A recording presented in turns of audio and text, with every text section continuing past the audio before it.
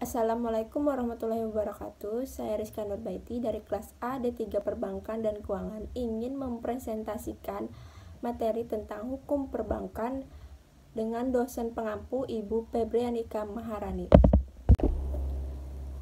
Pada tahun 1988 dikeluarkanlah kebijakan Pakto 88. Kebijakan ini untuk meringankan modal izin usaha membuka kantor cabang baru ataupun pendirian BPR, sehingga peraturan ini menyulitkan pendirian perbankan pada saat itu. Pada saat itu pula perkembangan perbankan menjadi pesat tanpa harus memperhatikan prinsip kehati-hatian bank, sehingga banyak sekali bank yang kolaps pada saat itu. Sebagai akibat dari Pakto 88 dan kurangnya pengawasan dari bank sentral, terjadilah krisis moneter di tahun 1997. Keadaan semakin parah, lalu terjadilah likuidasi terhadap 16 bank di Indonesia. Dikarenakan keadaan semakin parah, itu membuat Presiden Soeharto mengambil keputusan untuk meminta bantuan pada IMF, meminta bantuan dana kepada IMF dengan syarat membenahi sistem perbankan pada saat itu. Lalu terjadilah BLBI, bantuan likuiditas dari Bank Indonesia sebagai bank sentral kepada bank-bank yang tidak sehat pada saat itu. Untuk menutupi likuidasi itu, dikarenakan kurang percayanya lagi nasabah terhadap bank pada tahun 1997. Namun alih-alih untuk menyehatkan bank, tapi malah disalahgunakan oleh pemilik. Uang bantuan dari IMF itu dibawa kabur ke luar negeri, sehingga situasi lembaga keuangan Indonesia pada saat itu menurun dan tidak baik, serta stabilitas ekonomi Indonesia tidak seperti umumnya. Berdasarkan sumber hukumnya, yaitu Pasal 5 Undang-Undang Nomor 7 Tahun 1992, bank dibedakan menjadi segi struktur, segi kegiatan usahanya, segi status, dan segi kepemilikan. Yang pertama yaitu dari segi struktur, dibagi menjadi dua lagi, yaitu bank sentral dan bank komersial. Bank sentral ini adalah Bank Indonesia yang memiliki tugas mengatur dan menetapkan kebijakan moneter, serta mengatur dan menjaga kelancaran pada sistem pembayaran, serta mengawasi dan mengatur bank yang ada di Indonesia. Kalau bank komersial adalah bank yang melayani masyarakat secara langsung, menghimpun dana masyarakat dan menyalurkannya kembali kepada masyarakat. Bank ini juga bisa disebut bank umum yang dimiliki swasta. Contohnya Bank BNI 46, BCA, BRI, Mandiri, dan Bank Lipo. Yang kedua yaitu dari segi kegiatan usahanya juga dibagi menjadi dua, yaitu bank konvensional dan bank syariah. Bank konvensional ini adalah bank yang dalam kegiatan operasionalnya menggunakan metode bunga dalam menghimpun dan menyalurkan dana kepada masyarakat. Contohnya Bank BNI, BRI, Mandiri, BCA, dan juga bank lain-lainnya. Sedangkan bank syariah adalah bank yang menggunakan prinsip syariat Islam yang tidak menggunakan bunga tetapi menggunakan metode bagi hasil. Contohnya seperti Bank Muamalat, Bank BNI Syariah, Bank BCA Syariah, BRI Syariah, dan Mandiri Syariah. Yang ketiga, bank dari segi statusnya dibagi menjadi dua juga, yaitu bank devisa dan bank non-devisa. Bank devisa ini adalah bank yang bisa melakukan transaksi ke luar negeri atau transaksi internasional yang berhubungan dengan mata uang asing. Untuk menjadi bank devisa ditentukan oleh Bank Indonesia. Bank devisa ini contohnya seperti Bank Bali, Bank BCA, Bank Duta, dan Bank Niaga. Sedangkan bank non-devisa tidak bisa melakukan transaksi internasional. Untuk meningkatkan statusnya, bank non-devisa harus memenuhi syarat-syarat dari Bank Indonesia atau bank sentral. Contoh dari bank non devisa ini adalah Bank Arta Graha, Bank Jasa Arta, dan Bank Nusantara. Yang keempat adalah bank dari segi kepemilikan, dibagi menjadi dua, yaitu bank milik pemerintah dan bank milik swasta. Bank milik pemerintah ini adalah bank yang dimodali oleh pemerintah dan keuntungannya juga dimiliki oleh pemerintah. Bank ini bisa dimiliki oleh pemerintah pusat ataupun pemerintah daerah. Contoh bank milik pemerintah pusat seperti Bank BNI, BRI, Mandiri, dan lain-lain. Sedangkan contoh dari bank milik pemerintah daerah seperti Bank BPD DKI, BPD Jateng, BPD Jatim, dan lainnya. Bank yang dimiliki oleh swasta adalah bank yang semua atau sebagian sahamnya dimiliki oleh swasta nasional, koperasi campuran, atau milik asing. Swasta nasional ini adalah seluruh sahamnya dimiliki oleh warga negara Indonesia, contohnya Bank Danamon.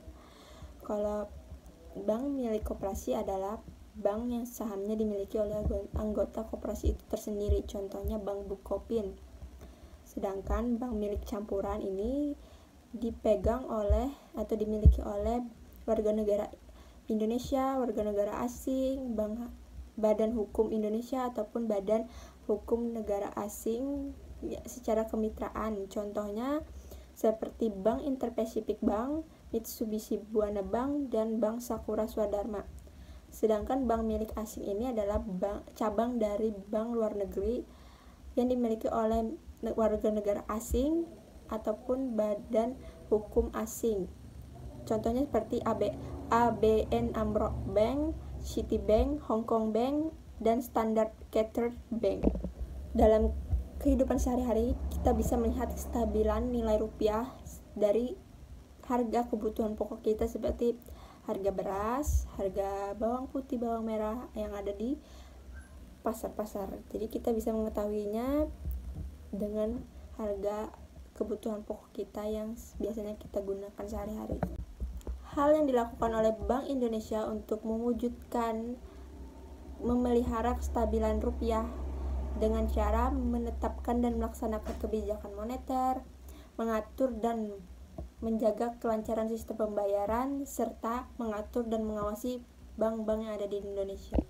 Berdasarkan hukum pasal 21 ayat 2 Undang-Undang Nomor 7 Tahun 1992, BPR dibagi menjadi beberapa bentuk hukum, yaitu pertama bentuk hukum perusahaan daerah, bentuk hukum koperasi, bentuk hukum perseroan terbatas, dan bentuk lainnya yang ditetapkan oleh peraturan pemerintah. Yang pertama adalah bentuk hukum dari perusahaan daerah.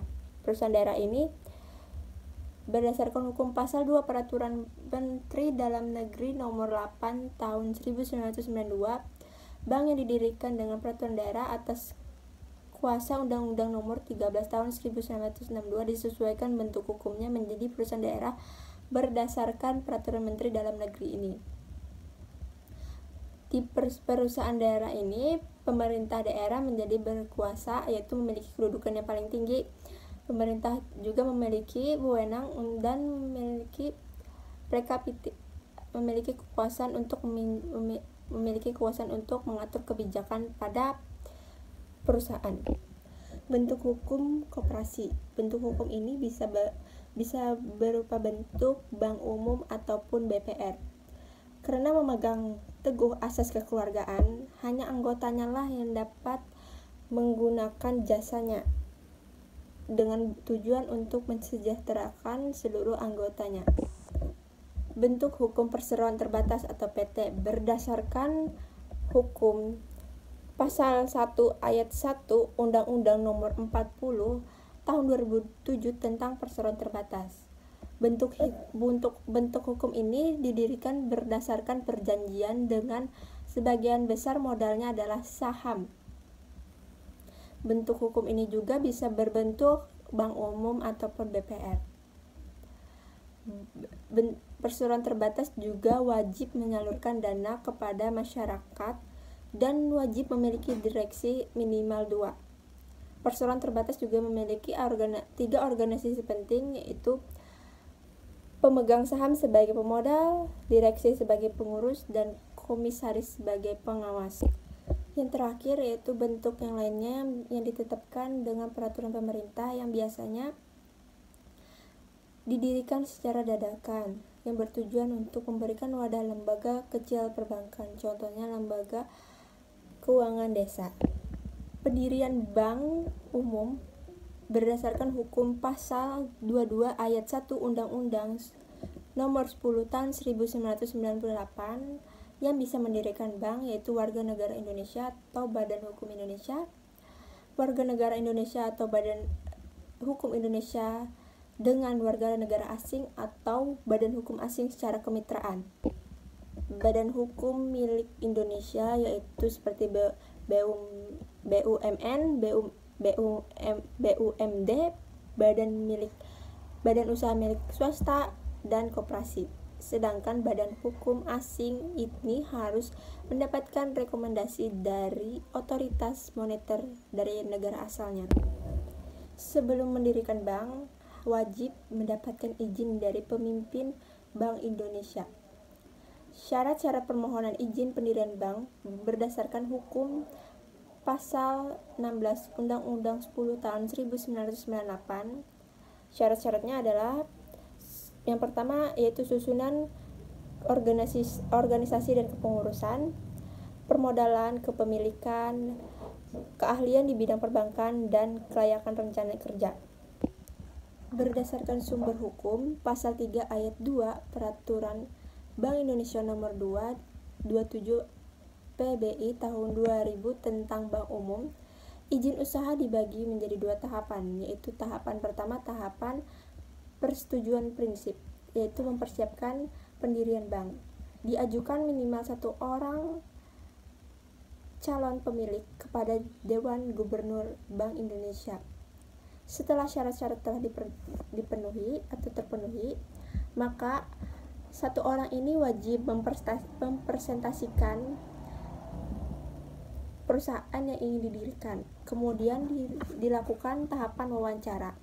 Setelah wawancara berlangsung, maka menunggu jawaban dari Bank Indonesia ini maksimal 60 hari. Jika sudah diberi jawaban oleh Bank Indonesia, perusahaan yang akan didiri ini melakukan tahapan kedua maksimal 1 tahun. Jika tidak, maka akan dibatalkan oleh Bank Indonesia. Tahapan kedua yaitu tahapan pemberian izin usaha. Tidak bisa menjalankan usahanya jika belum mendapatkan izin usaha dari Bank Indonesia. Jika syarat-syarat telah terpenuhi juga, maka akan diwawancara kembali lalu menunggu jawaban dari BI selama maksimal 60 hari diterima atau ditolaknya. Jika diterima oleh BI, maka perusahaan yang bersangkutan wajib menjalankan kegiatan usahanya maksimal 60 hari dari tanggal keluar izinnya. Jika tidak, maka akan dibatalkan oleh Bank Indonesia. Apabila ingin melakukan pendirian bank lagi, maka harus mengulang kembali, melakukan tahapan-tahapan kembali.